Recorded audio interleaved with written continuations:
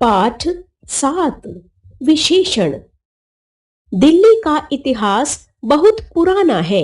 यह विश्व के प्रमुख नगरों में गिनी जाती है। यहाँ अनेक दर्शनीय स्थल हैं। यह नगर नई और पुरानी सभ्यता का अनूठा संगम है। नई दिल्ली में गगनचुंबी इमारतें भी दिखाई देती हैं। इन वाक्यों में आए रंगीन शब्द संज्ञा शब्दों की विशेषता बताने का कार्य कर रहे हैं। व्याकरण में ऐसे शब्दों को विशेषण कहा जाता है। विशेषण और विशेष्य। विशेषण द्वारा जिस संज्ञा या सर्वनाम की विशेषता बताई जाती है उसे विशेष्य कहते हैं। जैसे विशेषण विशेष्य, पुराना इतिहास, दर्शनीय स्थल, प्रमुख नगर, गगनचुंबी इमारतें। संज्ञा या सर्वनाम की विशेषता बताने वाले शब्द विशेषण कहलाते हैं। विशेषण के भेद। विशेषण के 4 भेद हैं।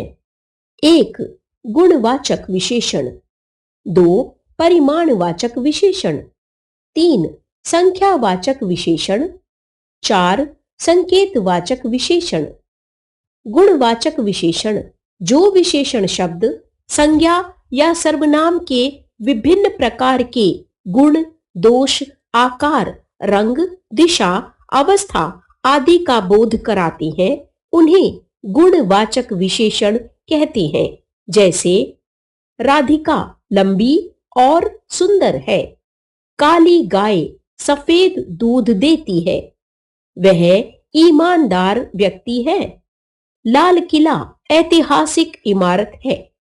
उपर्युक्त वाक्यों में लंबी, सुंदर, काली, सफेद, ईमानदार और ऐतिहासिक विशेषण शब्द क्रमशः राधिका, गाय, दूध, व्यक्ति और लाल किला संज्ञा शब्दों के गुण, रंग, आकार, काल आदि का बोध करा रहे हैं।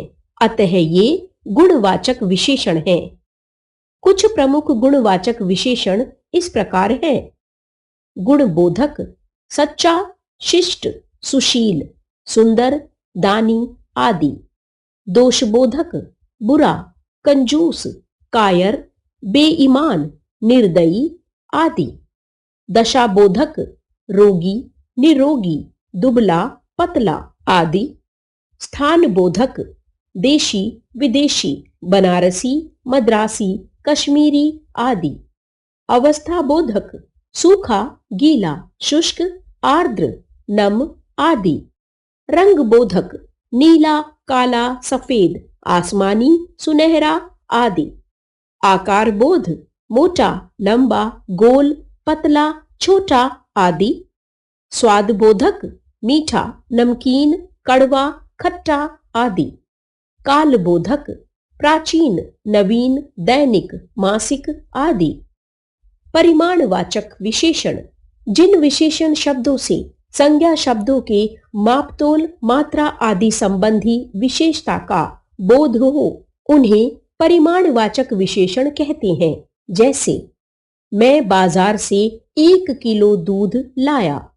डिब्बे में 2 किलो घी है। मोहन ने बाजार से कुछ अनाज खरीदा। उसके पास बहुत सारे खिलौने हैं। उपर्युक्त वाक्यों में 1 किलो, 2 किलो, बहुत सारे और कुछ विशेषण से क्रमशः दूध, घी, खिलौने और अनाज संज्ञा शब्दों की मापतोल अथवा मात्रा संबंधी विशेषताओं का बोध हो रहा है। अतः ये परिमाणवाचक विशेषण हैं।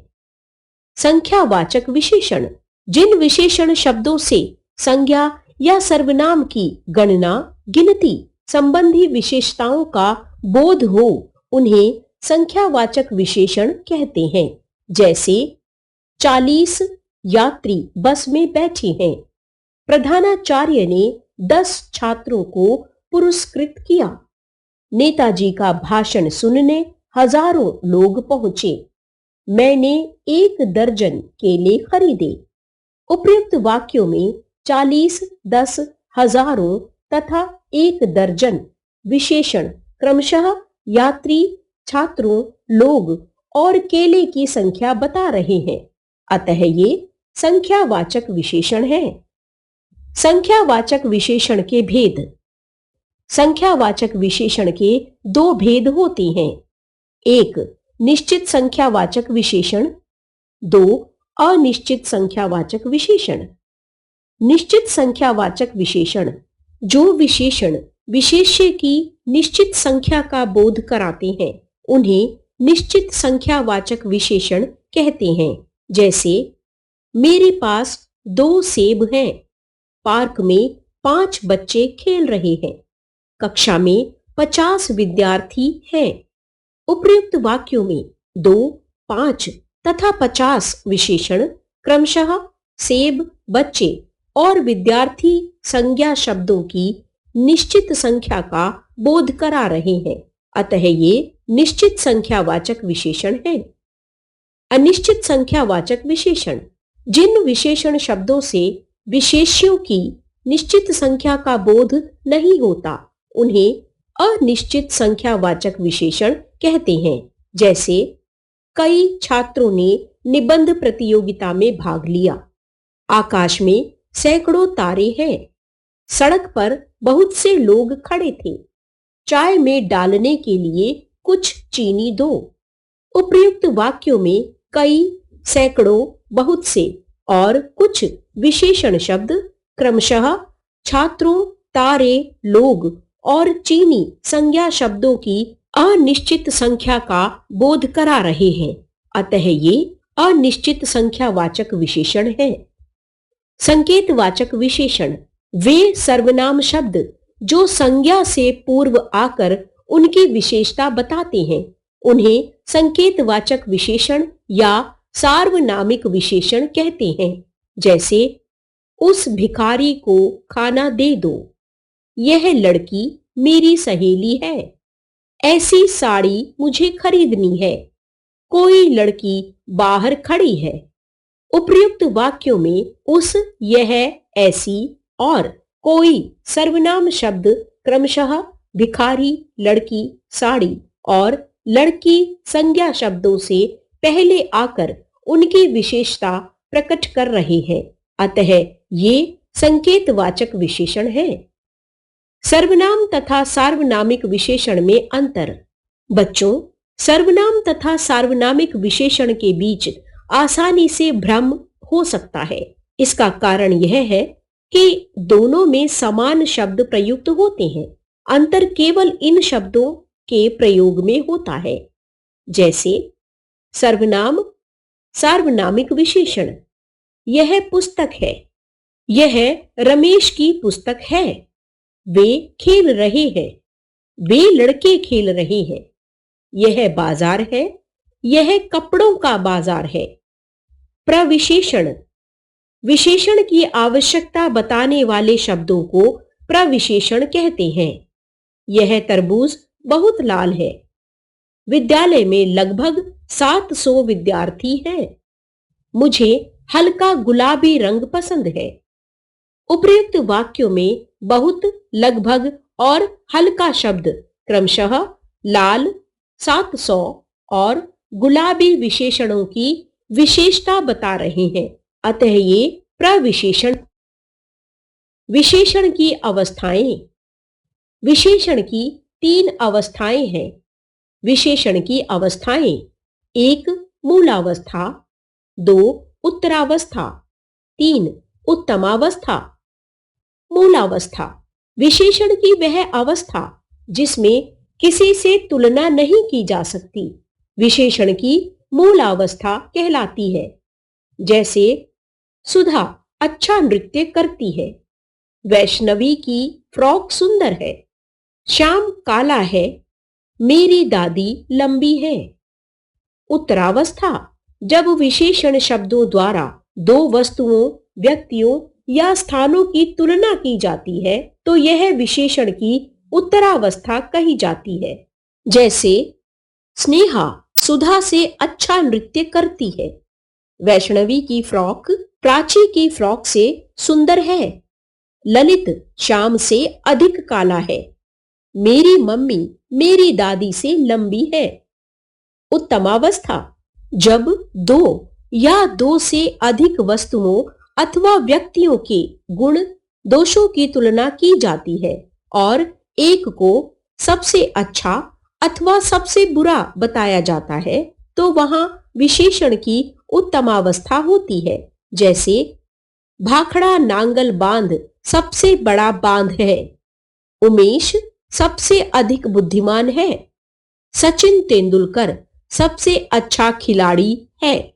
मनोज को हिंदी में सबसे कम अंक प्राप्त हुए। ध्यान रखिए, उत्तरावस्था को संस्कृत तत्सम शब्दों में तर प्रत्यय लगाकर तथा उत्तमावस्था को तम प्रत्यय लगाकर प्राप्त किया जाता है। नीचे कुछ तत्सम विशेषण और उनकी अवस्थाएं दी गई हैं, इन्हें याद कीजिए। मूलावस्था, उत्तरावस्था, उत्तमावस्था। बलिष्ठ, बलिष्ठतर, बलिष्ठतम। अधिक, अधिकतर, अधिकतम। प्रिय, प्रियतर, प्रियतम। दीर्घ, दीर्घतर, दीर्घतम। निकट, निकटतर, निकटतम। लघु, लघुतर, लघुतम। उच्च, उच्चतर, उच्चतम। तीव्र, तीव्रतर, तीव्रतम।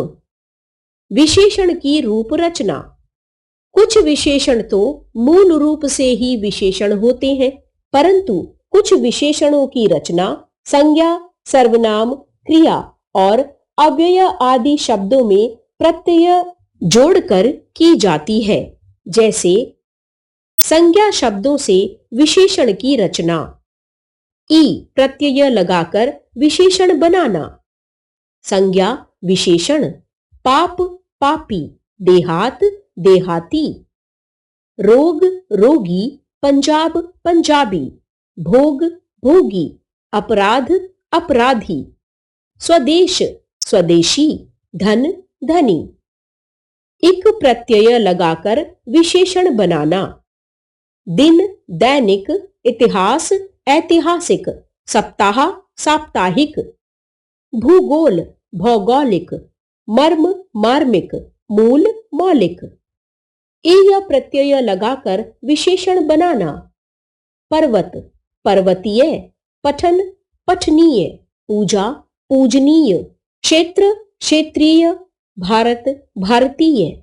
मानव, मानवीय। राष्ट्र, राष्ट्रीय। स्वर्ग, स्वर्गीय। स्थान, स्थानीय। कथन, कथनीय। प्रांत, प्रांतीय। जाति, जातीय। इत प्रत्यय लगाकर विशेषण बनाना। घृणा, घृणित। पीड़ा, पीड़ित। शिक्षा, शिक्षित। पुलक, पुलकित।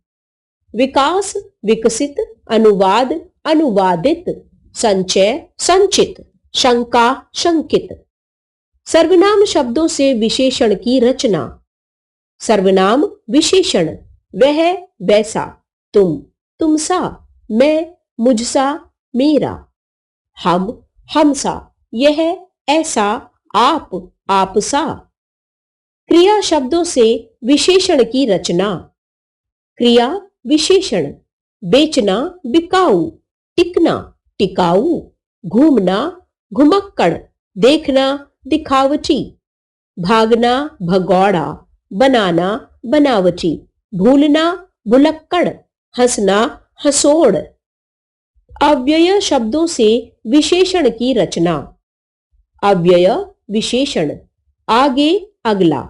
नीचे, निचला। ऊपर, ऊपरी। पीछे, पिछला।